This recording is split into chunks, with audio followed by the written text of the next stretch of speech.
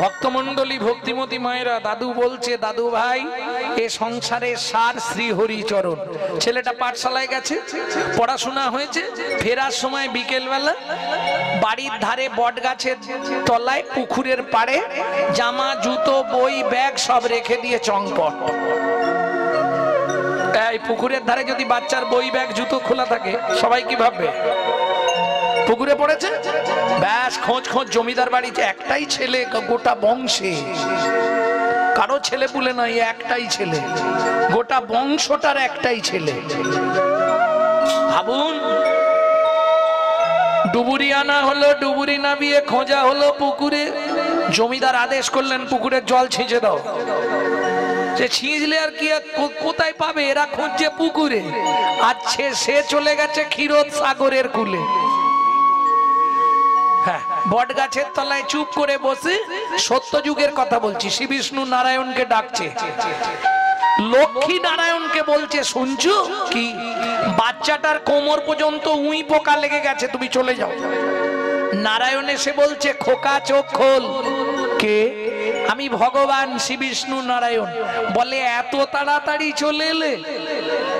দাদু যে বলেছিল অনেক পরে আসবে। তুই যেদিন থেকে এসছিস আজ পর্যন্ত ৪২,০০০ বৎসর হয়েছে। সত্য যুগ ১,০০,০০০ বৎসর পর পাই। ভগবান কি? তুমি এসেছো মানে আমি যা চাইবো তুমি তাই দেবে। তোর কি লাগবে খালি বল, লক্ষ্মী বলে দিয়েছে, যা চাইবি দিয়ে দেবো, বল। বলে ভগবান, আগে তুমি বলো তোমার গোডাউনে কি কি আছে। কেন?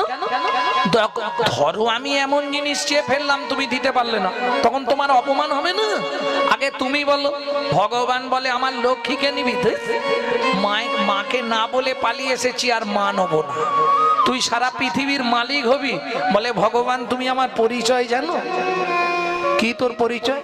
আমি মনু বংশের রাজার একমাত্র ছেলে, আমার নাম চন্দ্রকান্ত মনু।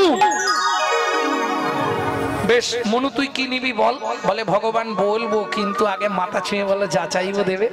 ঠিক আছে উঠে আয়। ভগবান বলছে, উঠে তোর মাথা ছুঁয়ে বলবো। মনু বলে, আমি উঠবো না, তোমার দেবার ইচ্ছা থাকলে তুমি এখানে এসো। বলিস কি? ওই রকমই বলি। আমি কি তোমার কাছে চাইতে গেছি নাকি? দেবে দাও, না দেবে চলে যাও, আমি আবার চোখ বুঝি নেবো।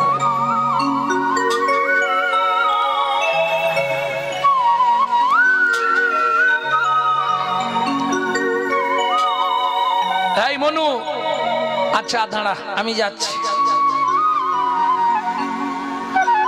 এই তোর মাথা ছুঁয়ে বললাম, তুই যা চাইবি তোকে তাই দেব দেব দেব। বলে ভগবান, তোমার চালাকিটা বুঝে ফেলেছি। তুমি মাথায় হাত রেখে বললে, মনু তুই যা চাইবি তোকে তাই। হাত তুলে নিয়ে বললে, দেব দেব দেব।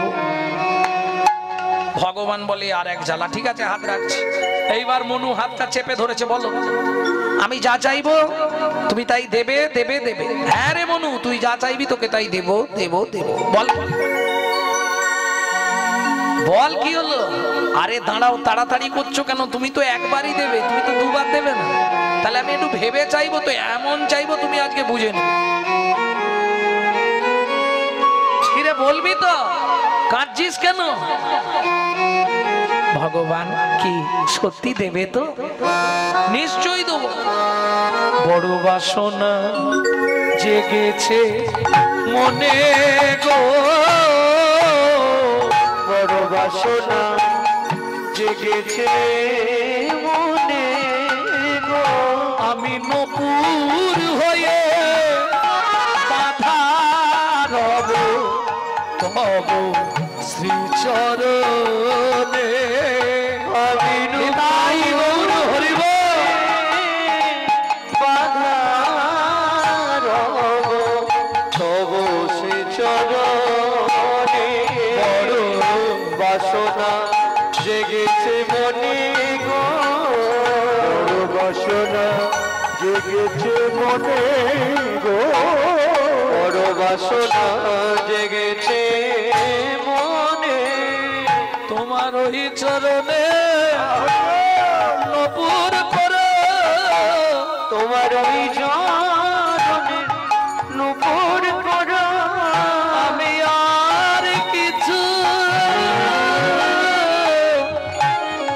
না দয়া তোমার ওই চরণে নুপুর কর আমি আর কিছু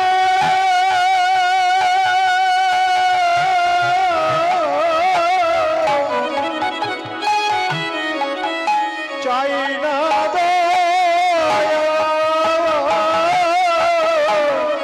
ওই চরণে নুপুর কর ভগবান বলছে এইটার জন্য তুই এতদিন সাধনা করলি, এ তো 10,000 বছর সাধনা করলে আমি তোকে দিয়ে দিতাম। মনু বলে জানিনি, করে ফেলেছি, যাই হোক ভগবান তাহলে হবে তো হয়ে যাবে। তবে শোন মনু, তেতা যুগে তুই আমার চরণ পাবি না। ওমা সে কি না, কেন পাবো না? দেখ মনু, দুঃখ করিস না, আমার তো দুটো চরণ, তেতা যুগে দুটোই বুকিং আছে। ও ভগবান, তেতা যুগে দুটো চরণ কাকে কাকে দেবে? ভগবান বলে শোন মনু, তেতা যুগে একটা চরণ দিয়ে পাষাণ হল্লাকে উদ্ধার করব, পাষাণ হল্লাকে উদ্ধার করব, আর একটা চরণ দিয়ে মাধব মাঝির কাঠের নৌকা সোনার করব, কাঠের নৌকা সোনার করব। ও মনুরে, তেতা যুগে তুই আমার চরণ পাবি না, আমার চরণ পাবি না। মনু বলে ও ভগবান, চরণ নাই পাই, একবার দেখা তো হবে। হবে না, হবে না, না ঠিক আছে তুমি যাও। ভগবান চলে গেলেন। এবার মনু গীত সাধনা শুরু করেছে, গান গাইছে আর কাঁদছে। নারায়ণ লক্ষ্মীকান্ত, এটা আমার মায়ের কাছে শেখা। অনাদি আদি অনন্ত মুকুন্দ মুরারি হরি মাধব মধুসূদন যোগেশ্বর জনার্দন, তুমি প্রভু নারায়ণ, কৃপা করো এই অধমে অধমতার। নারায়ণ লক্ষ্মীকান্ত অনাদি আদি অনন্ত মুকুন্দ মুরারি হরি মাধব মধুসূদন যোগেশ্বর জনার্দন, তুমি প্রভু নারায়ণ, কৃপা করো এই অধমে অধমতর। লক্ষ্মী বলছে কি গো, তোমাকে যে অত করে বললাম তুমি যাওনি? গেছিলাম। বর দিয়েছো? দিয়েছি। তবু কাঁদছে কেন? আমি একবার যাব। এইবার মা লক্ষ্মী এসেছে। খোকা, আমার নাম খোকা নয়, আমার নাম মনু। ঠিক আছে মনু, প্রভু এসছিল, এসছিল, বর দিয়েছে, দিয়েছে, তাহলে কাঁদছিস কেন? ওমা মা খিদে পেয়েছে। মা লক্ষ্মী বলে তাই বল, দাঁড়া খাবার দিচ্ছি। এক থালা খাবার দিয়েছে মা লক্ষ্মী। মনু বলে মা খাবো কি করে? কেন হাত দিয়ে? ওমা দেখো হাত দুটো তো উই পোকায় খেয়ে নিয়েছে, হাঁটু ডুবরে ছিল না, কোমর অব্দি উই পোকা লেগেছে, হাত নষ্ট হয়ে গেছে। ঠিক আছে তুই আমার কোলে এসে বস, আমি তোকে খাইয়ে দিচ্ছি। মনু বলে এইটাই তো চাইছিলাম। হ্যাঁ, মা লক্ষ্মী এবার খাবারটা মেখেছে, নে খা। কিরে খেয়ে নিবি তো? খাবি না? খাবো। একটা বর দেবে আমাকে, কি নিবি বল? ও মামা, তুমি শুধু বলে দাও মনু, তেতা যুগে তোর ভগবানের সঙ্গে দেখা হবে। মা লক্ষ্মী তো ব্যাপারটা জানে না। মা লক্ষ্মী বলে দিয়েছে মনু তোর কোনো চিন্তা নেই, তেতা যুগে তোর ভগবানের সঙ্গে দেখা হবে। মনু বলে এবার তোমাদেরও হবে। তুমি বাড়ি গেলে এবার ঝগড়া বাঁধবে। কি বলছিস বিড়বিড় করে? না কিছু নয়, হবে, দেখা হবে বললে হবে। ঠিক আছে নে খেয়ে নে। মনুকে খাইয়েছে, মুখ ধুইয়ে দিয়েছে। মনু বলছে মা কি আশা ছিল তোমার পায়ে হাত দিয়ে একটা প্রণাম করব, কিন্তু হাতের তো এই অবস্থা। মা, মা লক্ষ্মী বলে দাঁড়া তোর হাতগুলো ঠিক করে দি। মা লক্ষ্মী হাত বুলিয়ে দিচ্ছে, হাতগুলো ঠিক হয়ে যাচ্ছে। এইবার মনু মায়ের চরণে প্রণাম করেছে। শরণাগত দীনার্থ পরিত্রাণ পরায়ণী জয় সর্বগতে দেবী মহালক্ষ্মী নমঃ। মহালক্ষ্মী নমস্তুতে। সর্বমঙ্গল मंगले शिवे सर्वार्थस्वादिके स्वरौनि त्र्यंबके गौरी नारायणी नारायणे नमस्तुते। ওমা মা কি আশীর্বাদ করলে? বললাম তো তোর মনের ইচ্ছা পূর্ণ হবে। ওমা মনে তো কোনো ইচ্ছা নেই, একটা ইচ্ছা কি, তেতা যুগে ভগবানের সঙ্গে দেখা হবে। তো এই মনু শোন, ভগবানের সঙ্গে দেখা হবে মানে তেতা যুগে ভগবান তোকে কোলে নেবে। এবার হয়েছে তো সত্যি? হ্যাঁ, নিশ্চিন্তে থাক। মা লক্ষ্মী চলে গেল, মনুও চলে গেল গুরুদেবের আশ্রমে। মনুর গুরুদেবকে কর্ণব মুনি। ভক্তমন্ডলী ভক্তিমতী মায়েরা নিত্য গুরুদেবের চরণ সেবা করে। এইবার চলুন, সত্যযুগ শেষ, তেতা যুগ এলো। তেতা যুগের ভগবানকে প্রেম সে বলো ভগবান রামচন্দ্র কি জয়। এক সময় রাবণ সীতাকে নিয়ে গেছিল। কি বলে মা দেখি, বলো। হরণ করেছিল। হরণ মানে কিডন্যাপ নাকি? তাহলে ঘাট নাড়লে, আরে ইংরেজিতে বলছে কিডন্যাপ তো নাকি? না, হরণ মানে কি? চুরি করে, চুরি করেছিল। আচ্ছা আচ্ছা, বাবা মেয়েকে চুরি করেছিল নাকি বললে তুমি?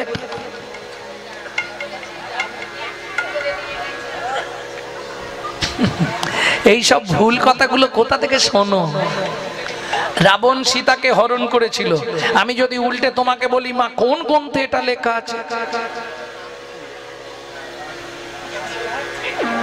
এসব শুনে মারা পাটি। কথাটা তুমি নয়, 100 জনের মধ্যে 95 জন এই ভুলটাই বলে। যারা জানে না, জীবনে রামায়ণ পড়ে না, এর জন্য অরিজিনাল রামায়ণটা পড়তে হবে। ভালো করে শুনে নাও, তুমি যখন খোঁচা দিলে বের করে দিই আমি ব্যাপারটা।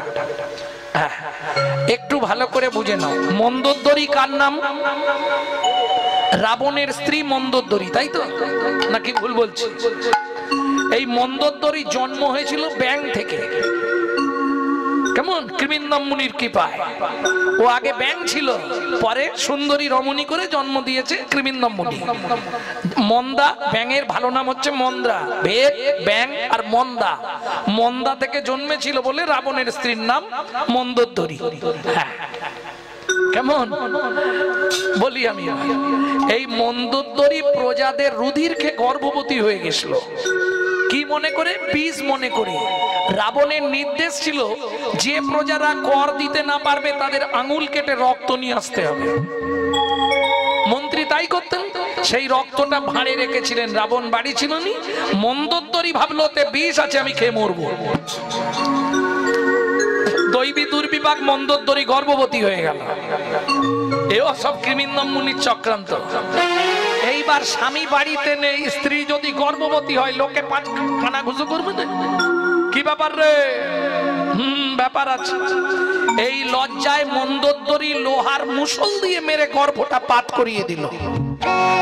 মাটির মেজলা, মেজলা চেনো? গামলা, মেজলা, এগুলো চেনো? চারি, তোমাদের এদিকে কি বলে? নাদা, ডাবা। আরে মাটির এগুলোকে কি বলে? মালসা তো ছোটগুলো, বড়গুলোকে কি বলে? নাদা। নাদা। আমি তো পরপর অনেকগুলো নাম বললাম, কারণ নদিয়া জেলায় বলে মেজলা, কোথাও বলে চারি, কোথাও বলে নাদা, কোথাও বলে ডাবা। ওই নাদার মধ্যে ভাসিয়ে দিল। এবার নাদাটা তো জল ধরে, মাটিতে ভেসে যেতে যেতে, জলে ভাসতে ভাসতে, মাটি তো, ও জল শুষে শুষে ভারী হয়ে গেল, ডুবে গেল। কোথায় গেল বাচ্চাটা? বসুন্ধরা দেবীর কাছে। বসুন্ধরা দেবী বাচ্চাটাকে মানুষ করলো, খানিকটা বড় করলো। জনক রাজা হাল করছিল, নরম মাটি ফুঁড়ে তুলে দিল বসুন্ধরা দেবী। অনেকে বলে সিতুতে উঠেছে বলে সীতা। লাঙলের ফালা দেখেছেন? এদিকে হাল হতো, ওই ফালায় যদি কোনো বাচ্চা লাগে বাঁচবে? তাহলে সুন্দর সুঠাম চেহারায় উঠে পড়লো কি করে? বসুন্ধরা দেবী তুলে দিয়েছিল। এটা কবে প্রমাণ হলো? যেদিন সীতার পাতাল প্রবেশ ঘটে। রামচন্দ্র শুনে ফেলেছিল কথাটা। বসুন্ধরা দেবী বলছে, মা সেই গেছলি আর আজ আসছিস? তাহলে যদি মন্দোদরীর গর্ভজাত হয়, রাবণের কে হবে?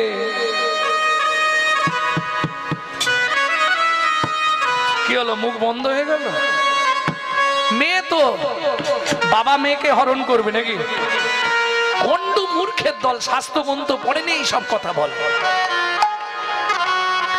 সত্যিটা শুনে নিন। প্রত্যেকদিন রাতে ইন্দ্র একটা করে পারিজাত ফুলের মালা গেঁথে আনতো, রাবণ সীতার গলায় পরাতো, চোখের জল দিয়ে সীতার চরণটা ধৌত করত, করে পূজা করত। তার পরম সাক্ষী হচ্ছে বিভীষণের স্ত্রী সরমা দেবী।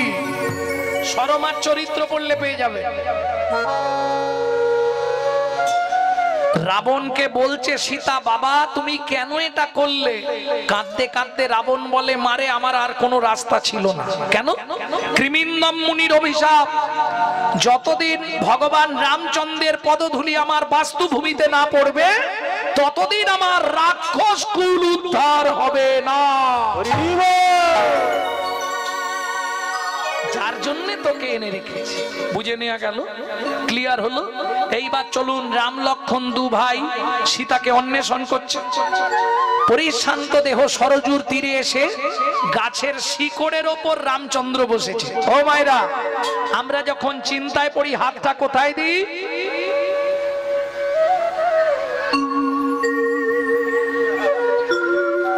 রাম গাছের শিকড়ে বসলেন কিভাবে? চিবুকে ধনুক দিয়া বসিলেন রাম।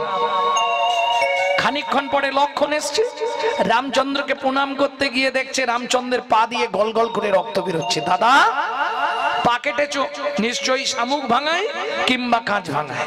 দেখি পাটা। কোলের ওপর নিয়ে লক্ষণ চোখের জল দিয়ে পায়ের তলাটা ধোয়াচ্ছে। না, পা তো কাটেনি। কোথা দিয়ে রক্ত আসছে?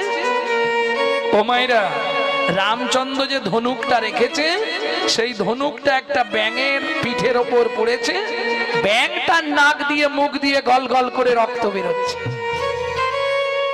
রামচন্দ্র ধনুকটা ফেলে দিয়ে ব্যাঙটাকে কোলের মধ্যে তুলেছে। ভেগ কিরে, সাপে যখন তোকে ধরে তুই এত কান্না কাঁদিস, এত কান্না কাঁদিস। আমি যখন ধনুকটা রাখলাম, তুই তো একবার আওয়াজ করতে পারতিস যে প্রভু আমার লাগছে। ভেগ বলে, প্রভু গো। বেগে বলে, প্রভু গো।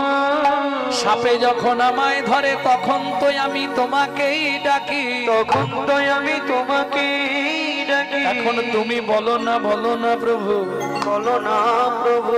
তুমি মারলে আমি কাকে জানাবো? তুমি মারলে আমি কাকে জানাবো?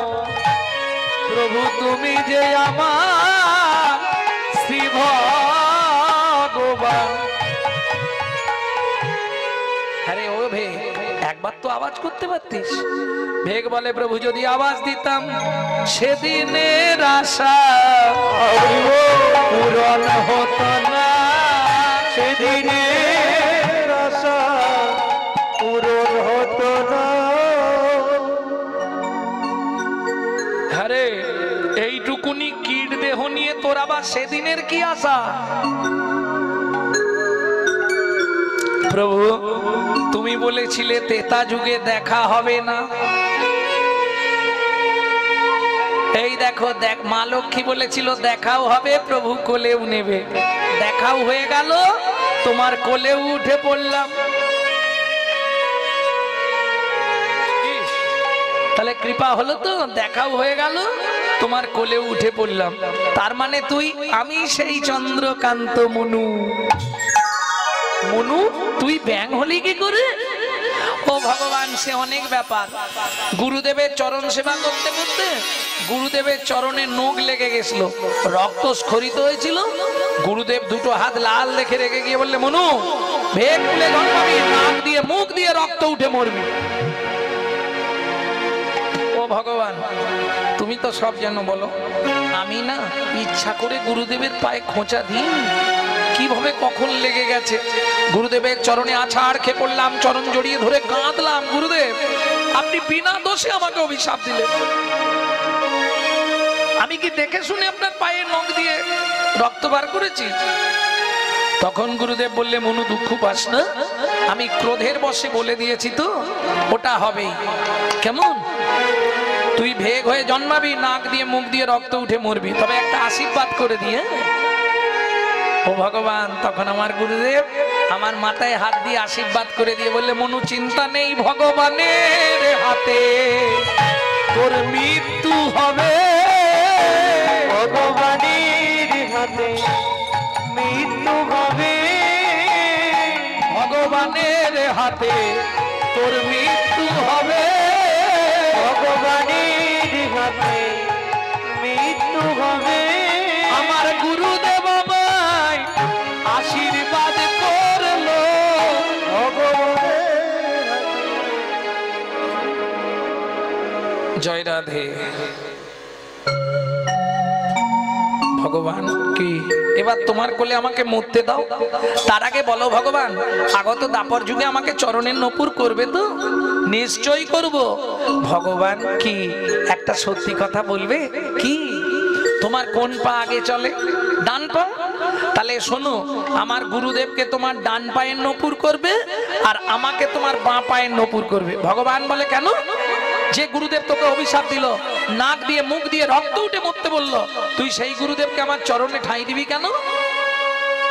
বলে ভগবান তুমি এটাও বোঝো না, গুরুদেব অভিশাপ না দিলে তোমার সঙ্গে তো দেখাই হতো। কি গো, তাহলে গুরু যা করে মঙ্গলের জন্যই করে। আর দ্বিতীয়টা বললাম তোমার ডান পা আগে পড়ে, গুরুদেবকে ডান পায়ের নপুর করবে, এটাও তুমি বুঝলে না। ভগবান বলে মনু একবার বুঝিয়ে বলতো কেন তুই এটা বললি? ও ভগবান এটাও বুঝো না, যার গুরু সামনে থাকে তার ভয় কি থাকে, যার গুরু সামনে থাকে না ভয় কি থাকে। গুরু হলো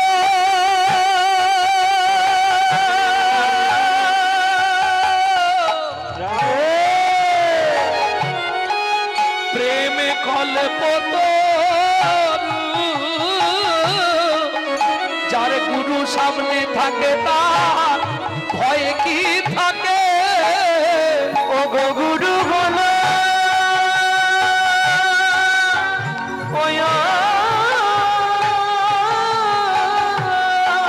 প্রেমে কল্পতরু,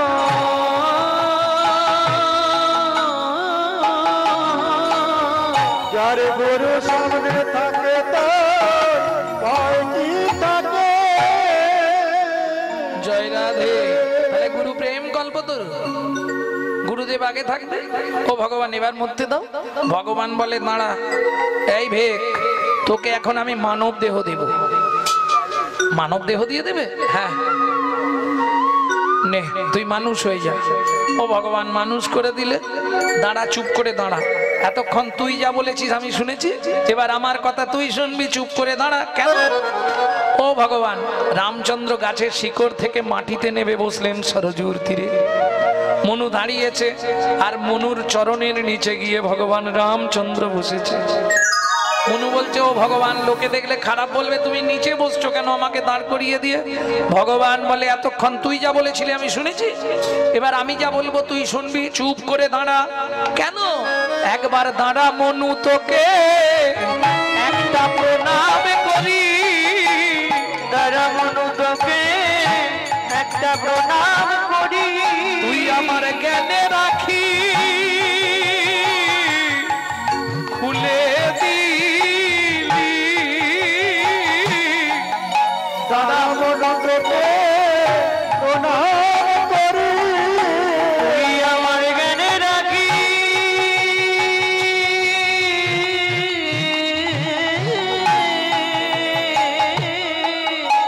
খুলে দিলি।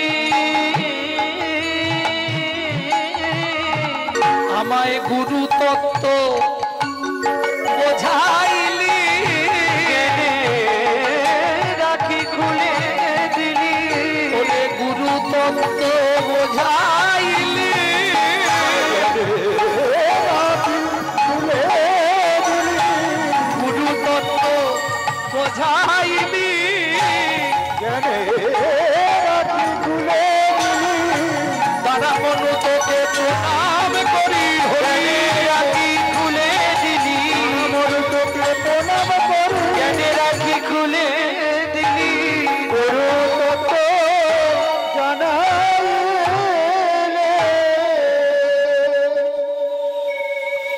মনু কি শোন, শুধু দাপরে নয়, তোকে কলিযুগেও নিয়ে যাব। 24 বছর বয়সে যেদিন সন্ন্যাসে যাব, সেদিন তোকে আমার পিয়ার কাছে রেখে যাব। মনু বললে কেন? ভগবান বললে আমার পিয়া যখন হা গৌর প্রাণ গৌর বলে কাঁদবে, তুই আমার হয়ে একটা উপকার করিস। কি উপকার করতে হবে? তাকে কৃষ্ণ কৃষ্ণ নাম শোধাইবে, কৃষ্ণ কৃষ্ণ নাম শুধাইবি, কৃষ্ণ কৃষ্ণ নাম শোধাইবে, কৃষ্ণ কৃষ্ণ নাম শুধাইবি।